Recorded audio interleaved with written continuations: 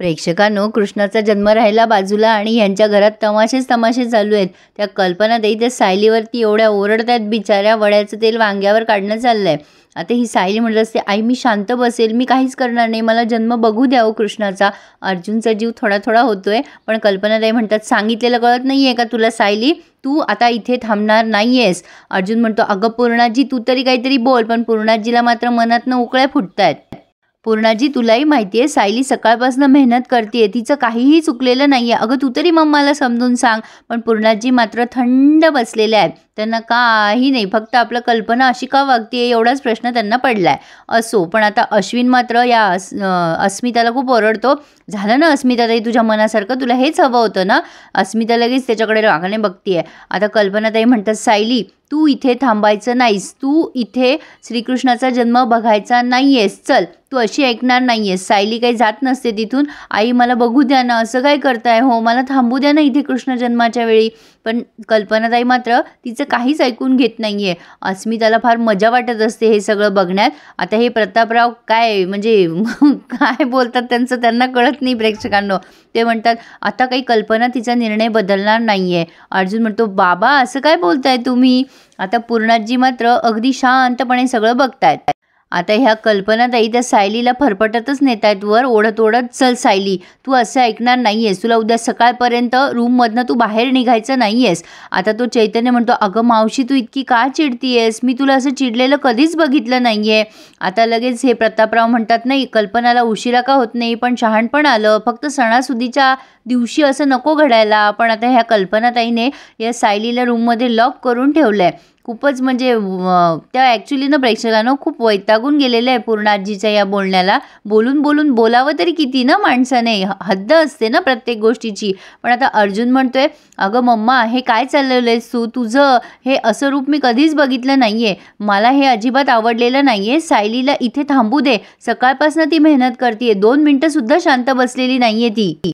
Mamma तुलाही माहिती आहे सायली कधीच चुका करत नाही आहे, तू असं का वागतेस तिच्याशी, मला कळतच नाही आहे. पण प्रतापराव पुन्हा मध्ये मध्ये बोलतच असतात, अरे अर्जुन तिला जे वागायचं आहे ती वागली ना, तू कशाला आता हे करतोयस, ती काही निर्णय बदलणार नाही तिचा.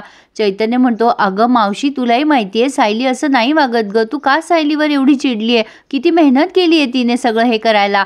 आता ही अस्मिता म्हणते, तू गप्पा बस रे, तुला काय माहिती ती कशी आहे, तू रोज येतो का इथे, नको मध्ये मध्ये बोलूस. पण जोक सपाट अस्मिता मध्ये मध्ये बोललेली चालते, ती शेवटी लेक आहे बाबा या घरची. अर्जुन म्हणतो, मम्मा तुझं वागणं मला पटत नाही आहे, तू सायलीला आधी रूमच्या बाहेर काढ.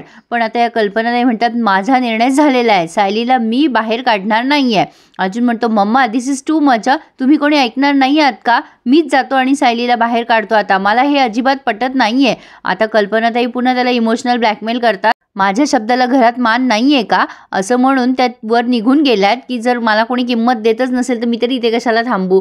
आता ही जी सुमन आहे ना प्रेक्षकांनो, हे ना नेहमी प्रतिमा काकूच्या बाबतीत असंच करतात, कधी त्या प्रतिमा काकूला आणतायत आणि कधी नाही. ती सुमन प्रतिमा वहिनी करून त्यांच्या मागे जाते आणि ऐन रस्त्याच्या मध्ये आल्यावर तिच्या बॅगा खाली पडतात, म्हणून ती बॅग घ्यायला उचलते तर काय प्रतिमा काकू गायब.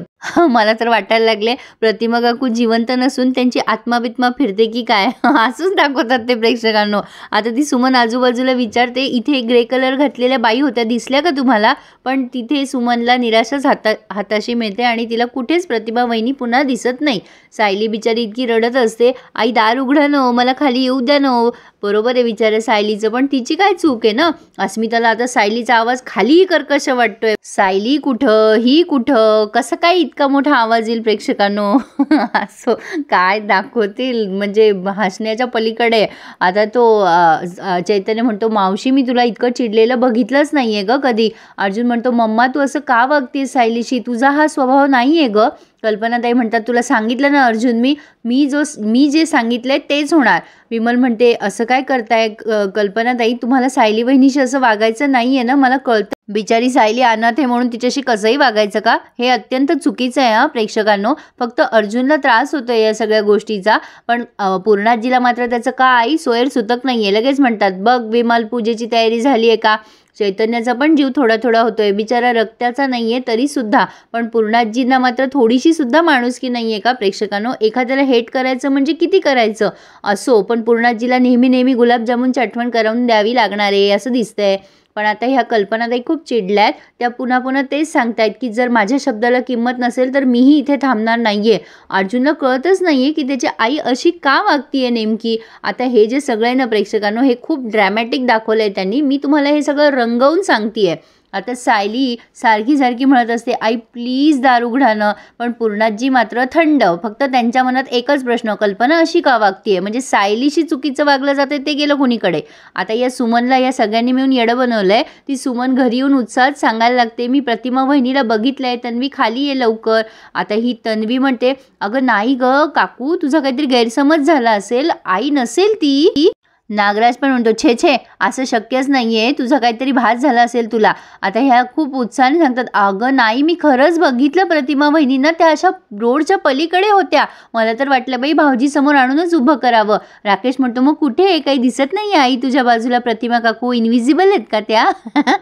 माझ्यासारखाच प्रश्न राकेशला पडला असावा.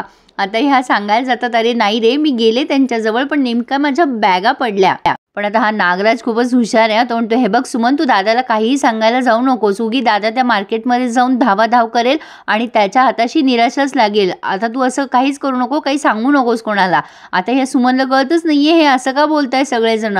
सुमन म्हणते, अहो माझं ऐका तरी, अहो खरंच प्रतिमा वहिनीच होत्या त्या, मी सांगते भाऊजींना फोन करून, ते तिथे जाऊन शोधतील त्यांना सापडेल नक्की वहिनी. आता राकेश म्हणतो, अगं आई नको, असं नको करू तू, अगं काका शोधेल, धावाधाव करेल आणि पुन्हा तिच्या हाती काही लागलं नाही तर त्याला त्रास होईल ग. आता ही प्रिया पण ती मॅन्युप्लेट करतायत हे सगळे मिळून तिला, आणि म्हणजे असं वेडं बनवायचा प्रयत्न करताय. ही प्रिया पण म्हणते की अगं काकी हे बघ बाबा तिथेच जातील आणि माझी आई माझ्या नशिबात नाही आहे ग, तू नको स्वप्न दाखवूस आम्हाला. आणि नागराज पण म्हणतो, तू आता ह्या काहीच सांगणार नाही दादाला, इकडचा शब्द तिकडे जाता कामा नये सुमन, लक्षात ठेव. बिचारी सुमन गांगरून गेली आहे. खरं इतकं पण भोळं नसावं प्रेक्षकांनो, म्हणजे लोक त्याचा फायदा घेतात हे मात्र 100% खरं आहे. यामध्ये सायली, सुमन आणि चैतन्य अगदी भोळे दाखवलेले आहेत, पण या कल्पनाताई मात्र भोळ्या नाही आहेत, पण त्यांचं ना खरंच खूप सँडविच होतं आहे बिचाऱ्यांचं. आता ते खूप रडत असतात. अर्जुन चौरंगचं निमित्त करतो आणि वर त्यांच्या खोलीत येतो. कल्पनाताई म्हणतात, बघ तिथेच ठेवलाय चौरंग, घे. अर्जुन म्हणतो, अगं मम्मा पाणी आहे ह्यावर. आता त्या म्हणतात, अरे असं कसं, मी पुसून ठेवला होता. त्या हात लावून बघतात तर पाणी नसतं. त्या म्हणतात, कुठे रे पाणी. अर्जुन आता त्यांचे डोळे पुसतो आणि म्हणतो, मम्मा हे बघ इथे तुझ्या डोळ्यात पाणी. आणि तो खूप आपुलकीने त्याच्या आईच्या जवळ जातो. खरंच अर्जुन खूपच सेन्सिबल दाखवलाय त्यांनी. अर्जुन खूप आपुलकीने त्याच्या आईची चौकशी करतो, मम्मा तुला असं मी कधीच नाही बघितलंय ग, का चिडली आहेस एवढी.